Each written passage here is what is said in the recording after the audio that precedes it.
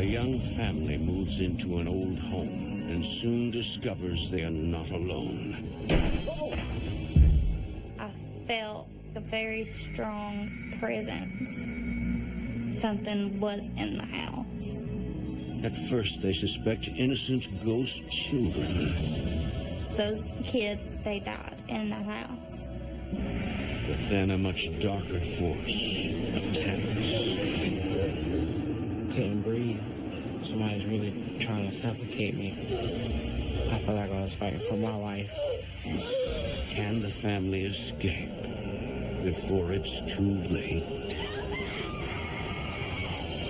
In America, there is real evil. It lurks in the darkest shadows and in our most ordinary towns. Between the worlds we see and the things we fear, there are doors. When they are opened, nightmares become reality.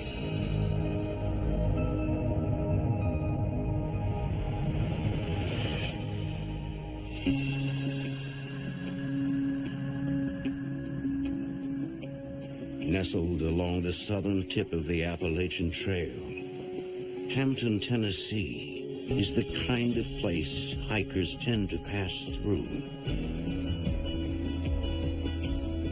Hampton's very small, very country. Mountains, lakes, woods, and that's it. They have a grocery store down the street. It's really like a small town.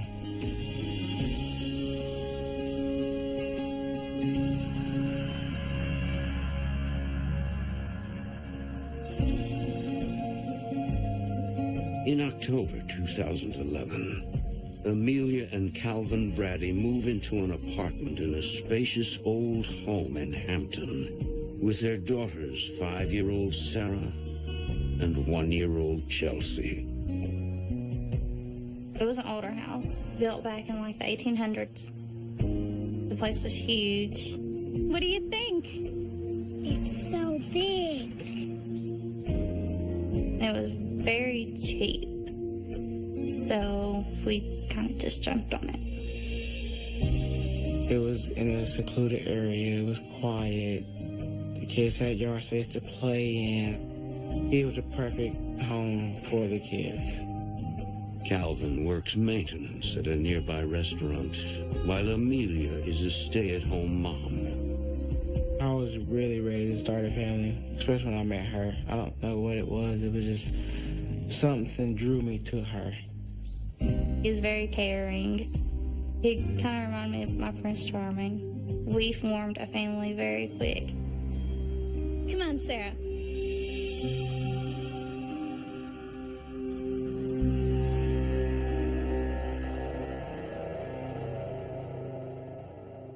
Inside, the apartment matches the couple's idea of their perfect dream house. It was a 3-bedroom apartment, and that's what we needed at the time. It had space for the kids to run back and forth in the house and everything. I always loved vintage homes, so I thought it was beautiful. When we first walked in, it was perfect. Like, everything matched exactly what we needed. The apartment is located on the second floor of the old house and includes a porch. And while it's a nice feature to have, it also poses a risk.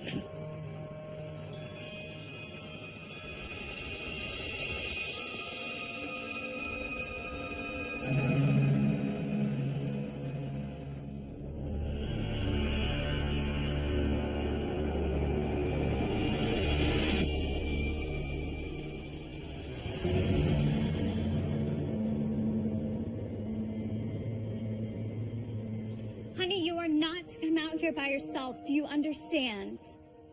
Come on.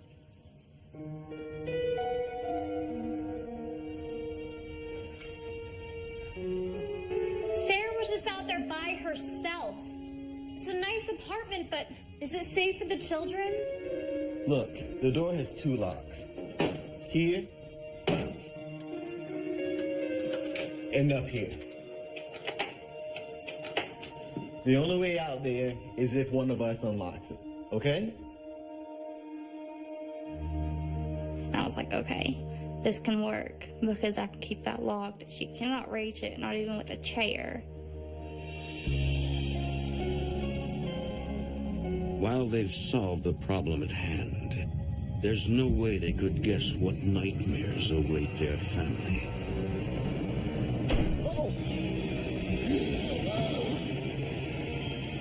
The century-old house harbors many sad secrets of tragic deaths and an unspeakable atrocity. Here you go, Mama.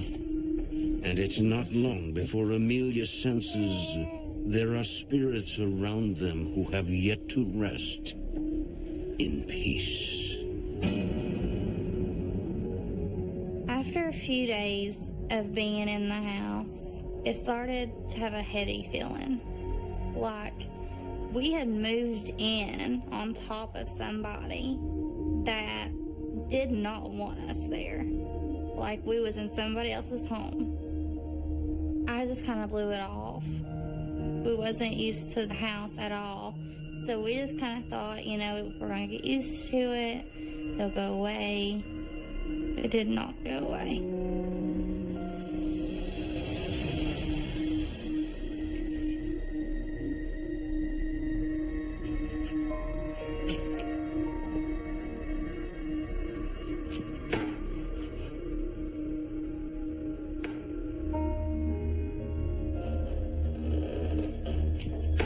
Both of my kids was laid down for a nap.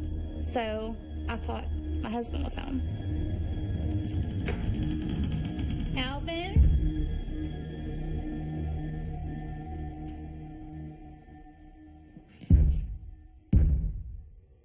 Calvin?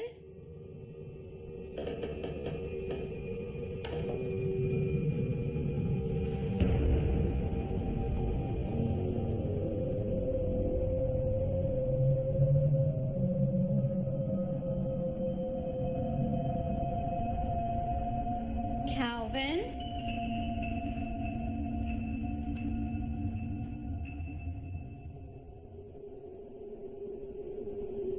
There was nobody there. I figured, you know, it's an old house. Could be animals that was in the chimney or the walls cracking. I didn't know.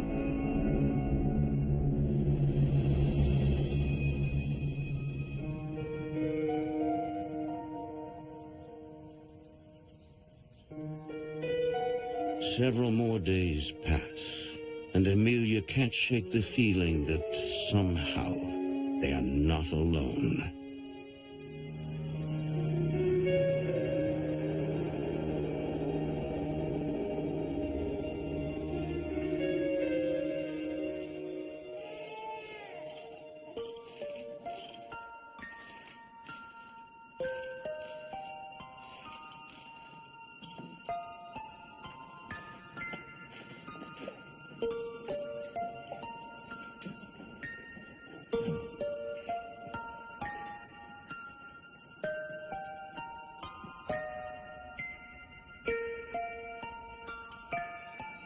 Mommy.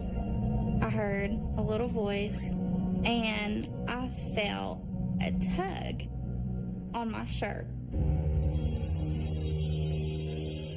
Yes, Sarah?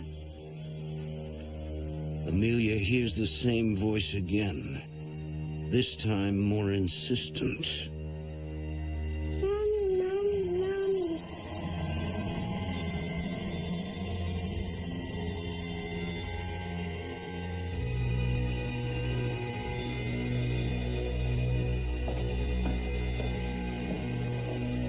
Sarah? Did you call me? No, Mommy. I know that I heard a little child call me Mommy. What is it? Random creaks and knocks in an old house is one thing, but a child's voice is harder to explain. Nothing. Dinner will be ready in 15 minutes.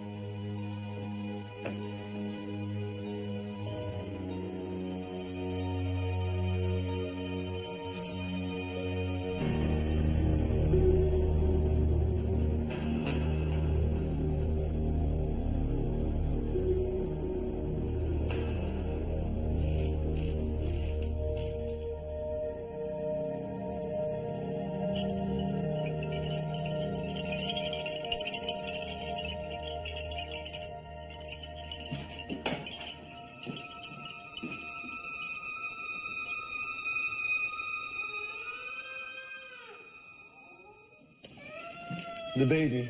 Could the little girl's voice Amelia heard be trying to warn her?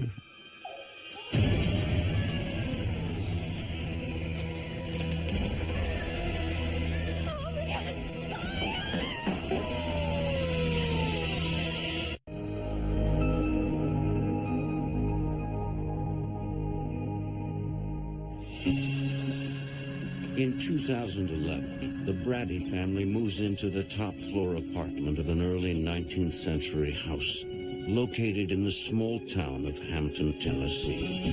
Say thank you, Mom. Thank you. For the young couple, the huge apartment at an affordable rent seems too good to be true. Are you gonna help us clean up? You helping us clean up? It was roomy, had room for each and every one of the kids. The space was terrific. The rooms were just the right size.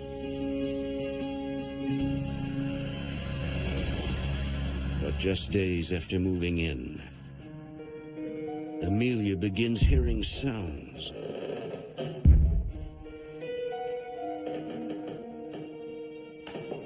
And voices she can't explain. Mommy.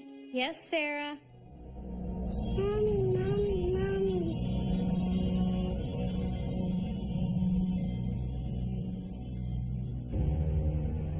There was just something about that room that did not feel right.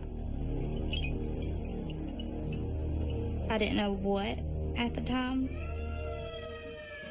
And then, one afternoon, Amelia gets the scare of a lifetime.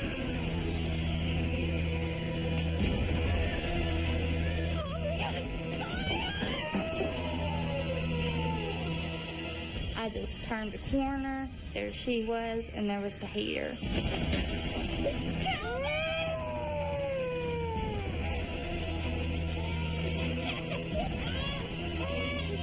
The baseboard heater appears to have been ripped off the wall. I know for a fact Sarah was not strong enough to forcefully pull that heater off the wall. There was no way. None whatsoever. By the time the firefighters arrive, Calvin has managed to put out the sparks. Luckily, the damage is minimal and no one is hurt. I mean, it seemed to be sparking all around, like here and here. It's a good thing you had that fire extinguisher. It could have been bad, real bad.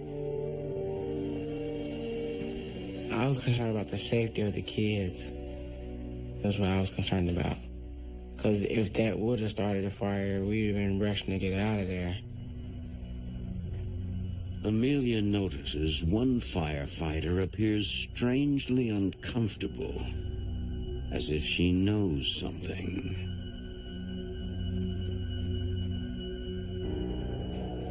Is everything okay? Let me ask you something. How much history do you know about this place? I don't know. We just moved in a week ago. She said, "You don't know what happened here." And I said, "No."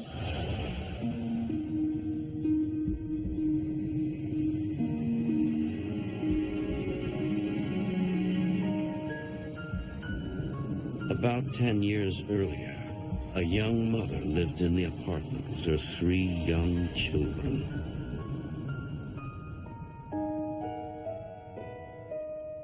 One day bed. She had a cigarette in her hand, and she nodded out. The cigarette caught the couch on fire and the rest of the house. The mother, her 3 kids, they died in the house. 2 of the children were found in a back bedroom, and the 3rd in a closet. I probably felt every emotion. I was sad. I felt bad for the kids to hear what they went through. Yeah, it really is tragic. You get to thinking, like, that could have been, it couldn't happen to us.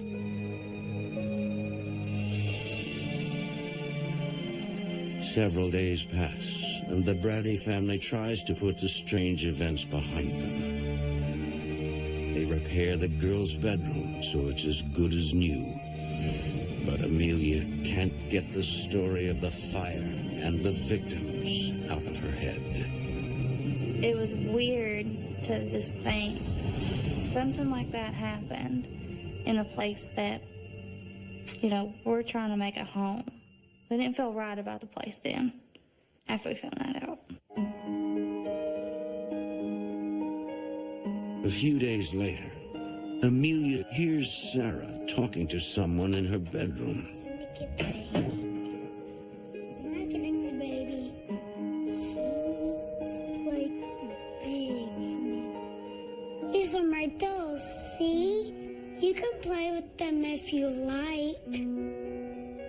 At first, Amelia is not concerned. She had just moved away from some of her friends. I figured she was, coming up with an invisible friend. But suddenly, Sarah's playmate doesn't appear to be so friendly. Leave me alone. Quit it. Her voice changed, like she was getting upset. Stop. Go away. Sweetie, is everything okay? Tell them to leave me alone. Tell who to leave you alone? The kids. What kids? The kids that come out of the closet.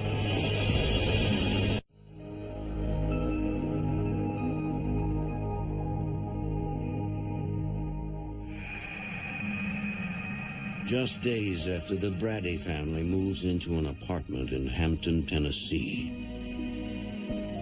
they discover the tragic history of their new home. There was a house fire there. A mother and 3 kids had passed from the fire in that apartment. Then Sarah, their 5-year-old, starts having conversations with imaginary friends. No, leave me alone. Is everything okay? Tell them to leave me alone. Tell who to leave you alone? The kids. What kids? The kids that come out of the closet. That just sent chills all over, because I believe kids sense things. Amelia suspects Sarah's new friends might be the ghosts of the children whose spirits are not at rest. My first thought was, it was those kids that had died in the fire.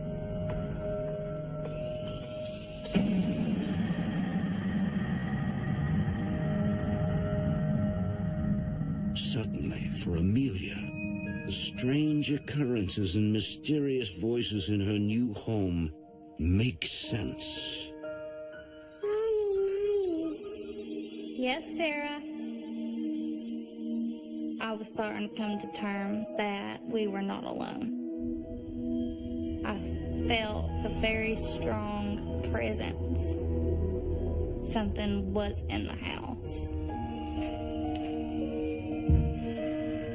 I very firm believer of paranormal.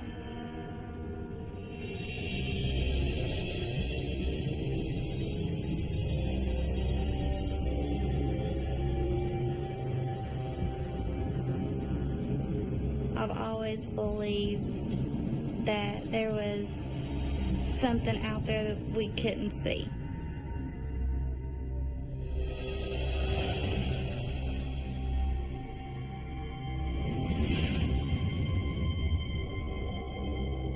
Later that night, Amelia tells Calvin she believes their apartment is haunted.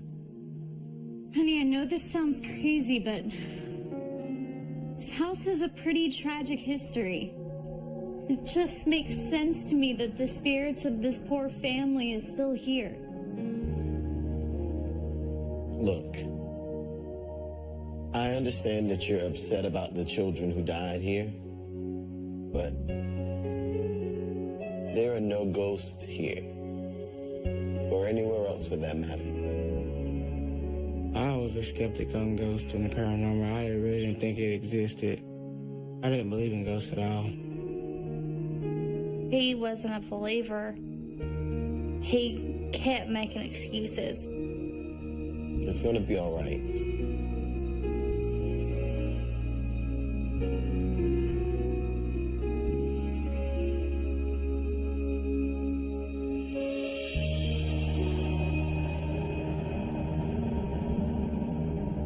The next day, Calvin's hard stance is put to the test. Hey, Amelia, I'm home. Amelia?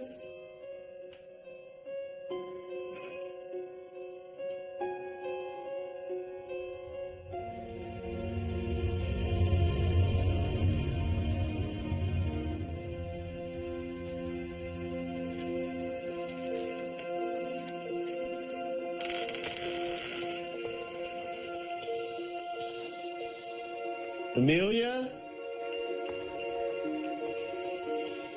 Amelia?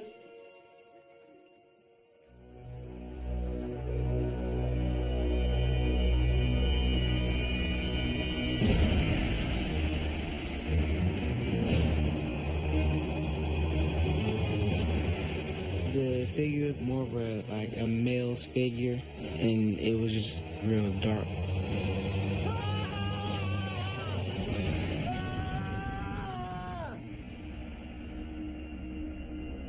And then it was gone.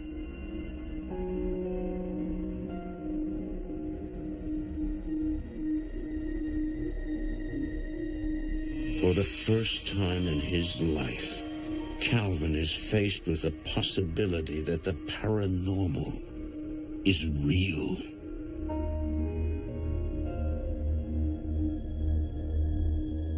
When I seen the shot, I figured that's what let me know that the apartment was haunted. I was terrified. I didn't tell Amelia because I didn't want to get her more startled or scared.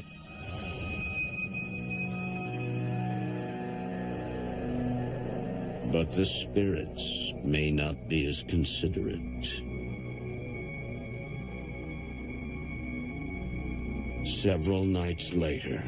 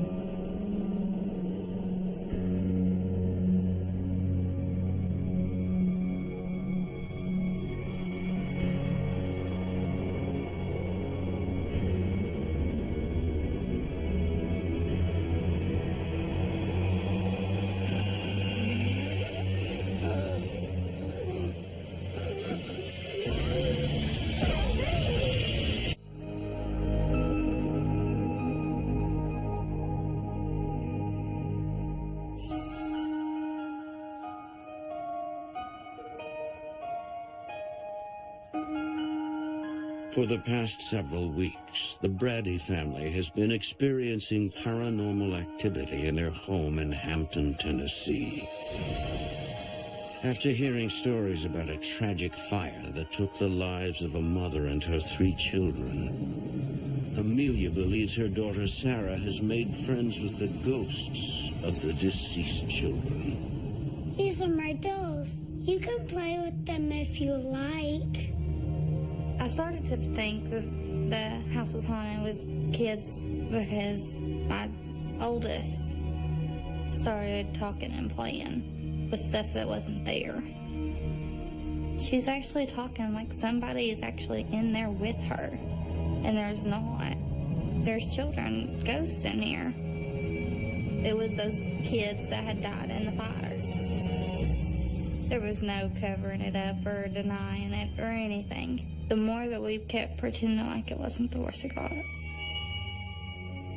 The couple soon finds that something far darker than ghost children lurks in the house.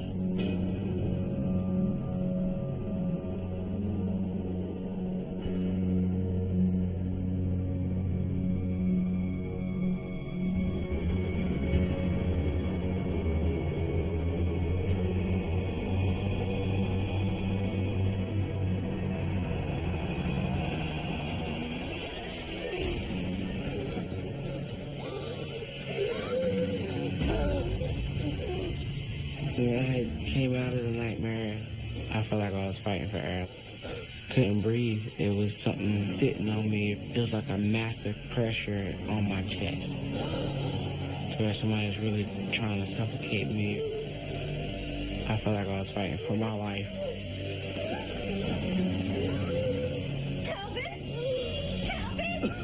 He couldn't talk. And you could see that he was just like struggling to get air. It's okay. It stopped. What's going on? What happened? I believe you. This house is haunted. But I don't think it was a child that did this. There's something else here. I was terrified. For me, my husband, my kids. I didn't know what that spirit was capable of. Calvin is also afraid, not for himself, but for his family. If I'm fighting for my life and something happens to me, that just leaves them abandoned and nobody there to help take care of them.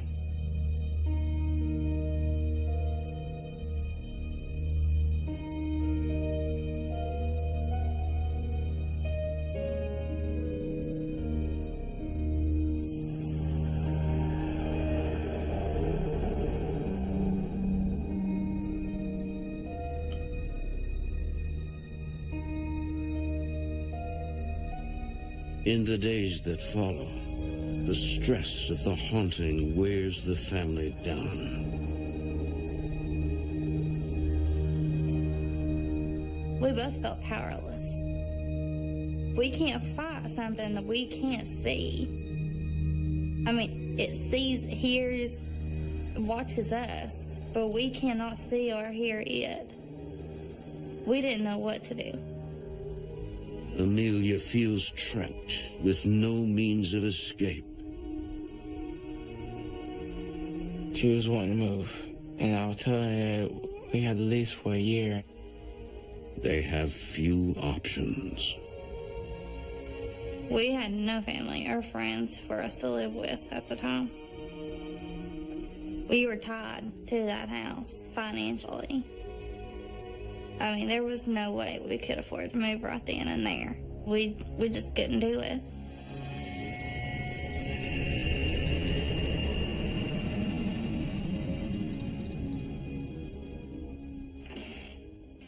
Soon after, Amelia thinks she has some alone time. Both of the girls were asleep, and that was the only time that I was able to take a shower.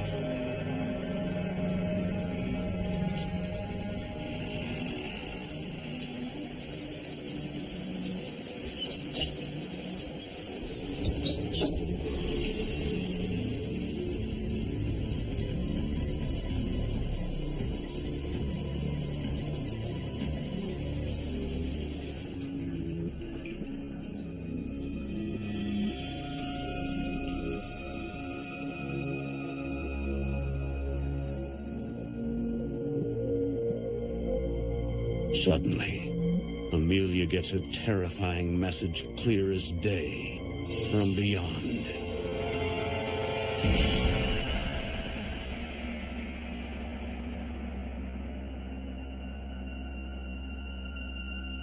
It was written perfectly in the steam. My kids were asleep. Nobody was in the house. I knew exactly what it was. It was whatever was in that house. Amelia is horrified.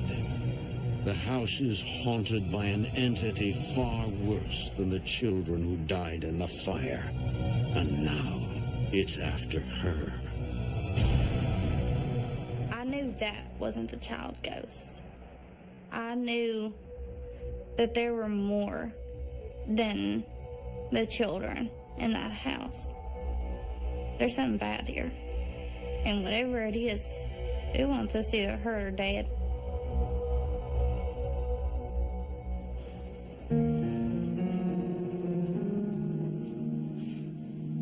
The family decides to go into protection mode and make sure no one is ever alone in any room of the apartment. We started sleeping in the living room from then on. And I kept an eye on them through the night.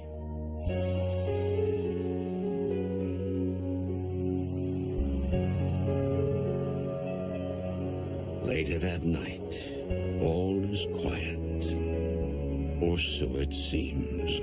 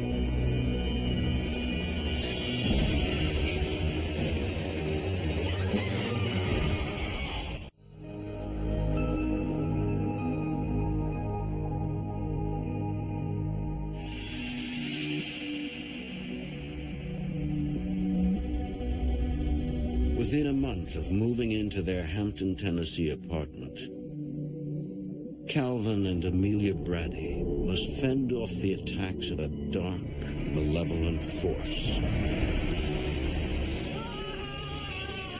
After I seen the shadow figure, that's when things started happening to me.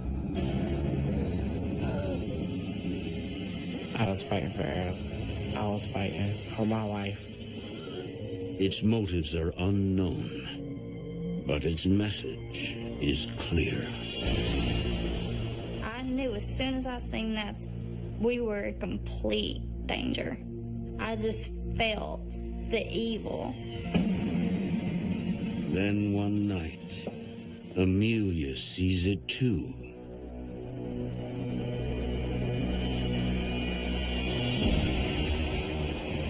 It was very dark, very thick. You couldn't see through it. It was like a very strong mist.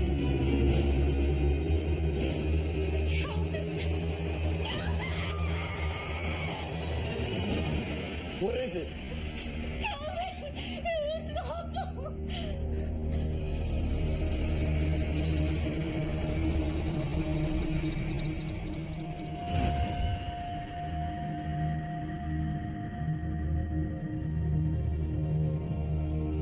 Amelia and Calvin have now both seen the face of evil. With nowhere else to turn, Amelia contacts Paranormal Technology Investigations in nearby Jonesboro, Tennessee. When she started telling me the claims of her activity, they were pretty believable. Yeah, in my mind, I was pretty positive that they had a haunting, but I wasn't for sure what level of haunting they had yet. It just finally felt good to talk to somebody, or somebody to say, okay, we're going to come help. I mean, just those few words just relieved me.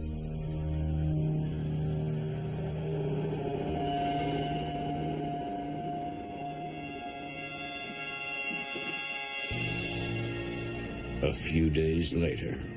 Thank you so much for coming. We have no idea what this means to us. Oh, our team is going to set right up if you don't mind. Rob Phillips and his business partner, Kathy Shepard, arrived to conduct an investigation.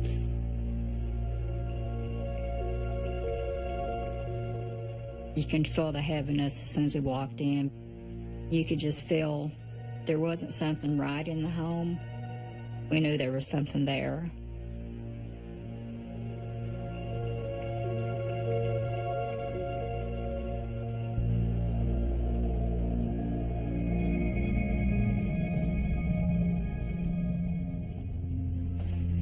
We did some investigating into this house, and we found something very interesting.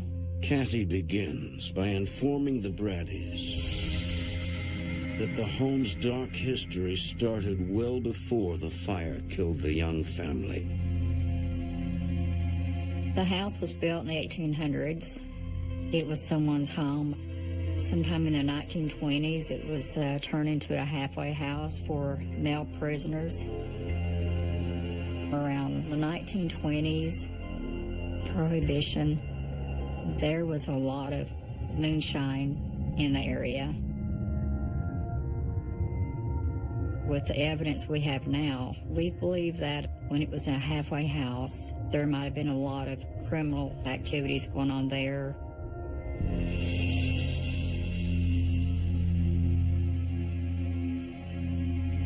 When it was a halfway house, there was a man shot and killed at the home. Negative energy can definitely stir up paranormal activity.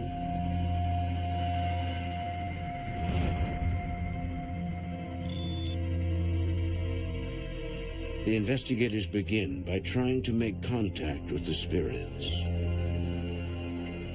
We use digital voice recorders for capturing the electronic voice phenomenon, also known as EVP.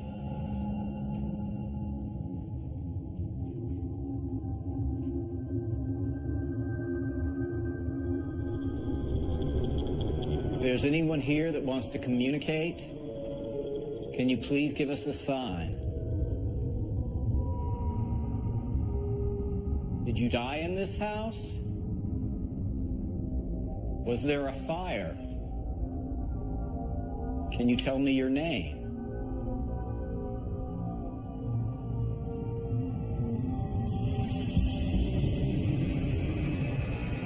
We concluded that there was 3 children in the home. Their spirits was still there. We got different voices in a recorder. A lady's voice, which we believe was the mother. We felt a tragedy like this would bring on a lot of paranormal activity.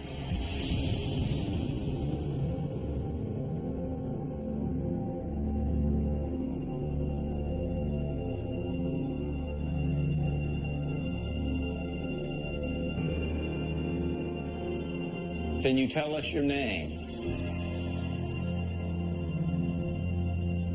Do you live here?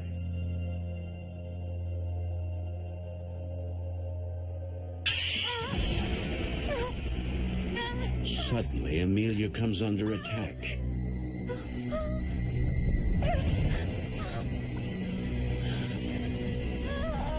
I felt a burning sensation on my back. My back is burning! Can we look?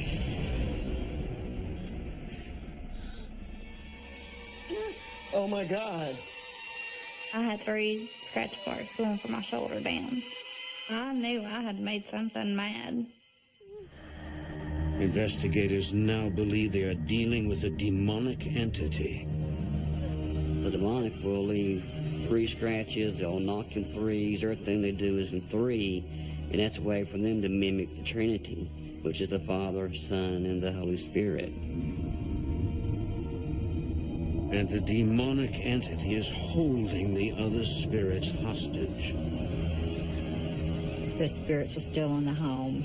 They were trapped. They couldn't get out. The investigative team performs a cleansing and a crossover ritual to rid the house of the evil entity and help usher the lost souls to the hereafter. Everything was more bright, it smelled cleaner, it felt lighter. For a while, it appears that the Brady family can resume a normal life in their home. Go, Chelsea. You did a good job. You did good. You're such a big girl. Yeah, keep going. You're such a big girl. Mom, can I get something to eat? Just a minute. Mom.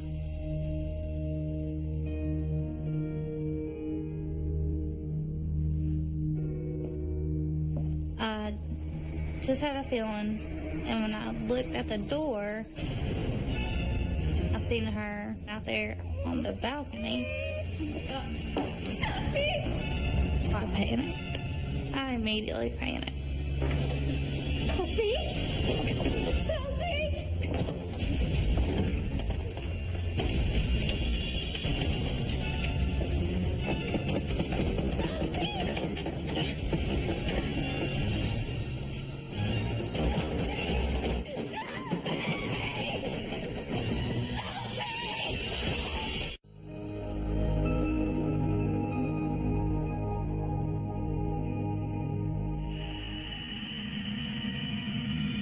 It is 2011.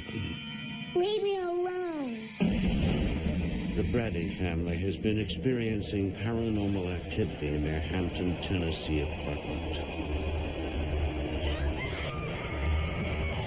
The haunting has quickly escalated, and a demonic entity is threatening the family.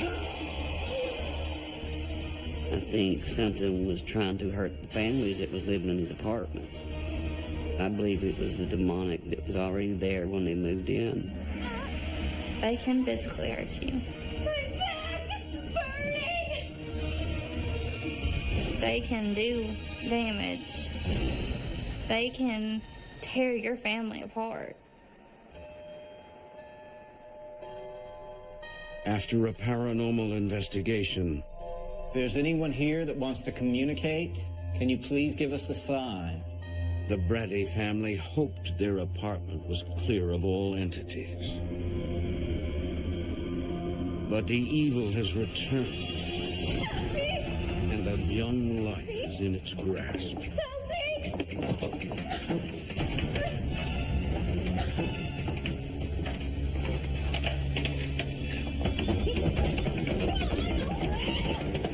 There is no way. She unlocked the door, opened it, and locked it back. I knew that whatever was in that house did it. I knew whatever was in that house put her on that balcony and locked her out. The door wouldn't open. It was like somebody had it on the other side.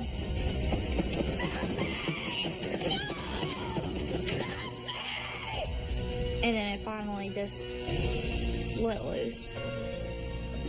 Oh my God, Chelsea? You okay? The bars on my balcony, she could have fit through. And if she would have fit through them, she would have fell to her death. Come on, we're leaving now. Okay, that's it. I was done.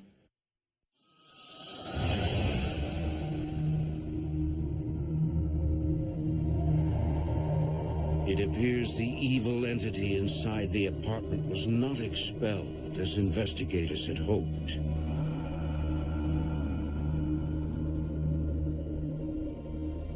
We felt, being that this was an apartment complex, that the demon went somewhere and hid inside of another unit. When Amelia called me, I advised her that they needed to just move. We needed to get them out as soon as possible. I didn't care about my lease. I didn't care about the money. I didn't care about nothing. I have to protect my children. One of the paranormal investigators volunteers to let them stay with her while they search for a new home. With their children safe with their grandmother, Amelia and Calvin quickly pack and move out of the apartment. Is that everything we need right now? I think so.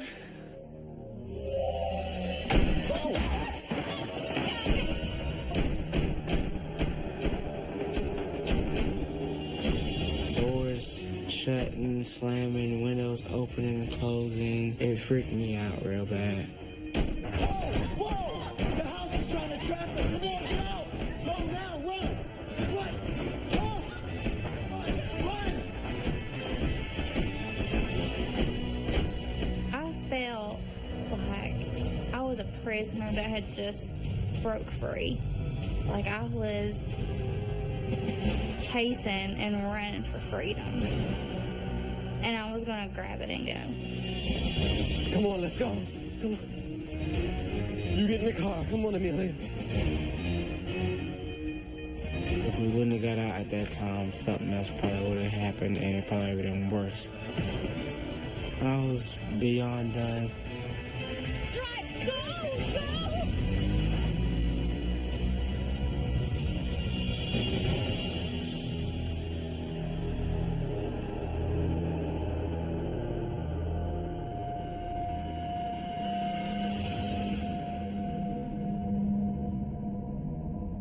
The Braddys later discover that their landlord knew their apartment had a tragic past.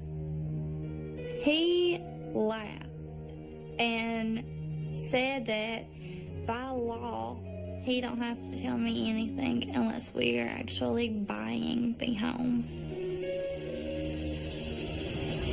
A little over a month later, the Braddys move into a new home in another town.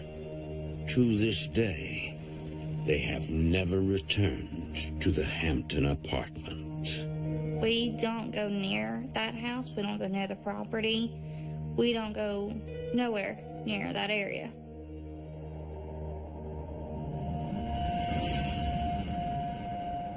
Life's pretty good, actually. We're not stressful. We're not worrying about anything. I still look over my shoulder every now and then just to make sure. I just try and take it day by day. In some weird way, I think that house is what kind of made us stronger. It made our relationship stronger. It still lingers. I don't think I'll ever put that whole experience behind me. I still don't sleep in the dark. I don't walk in the dark. I don't know if I ever will again.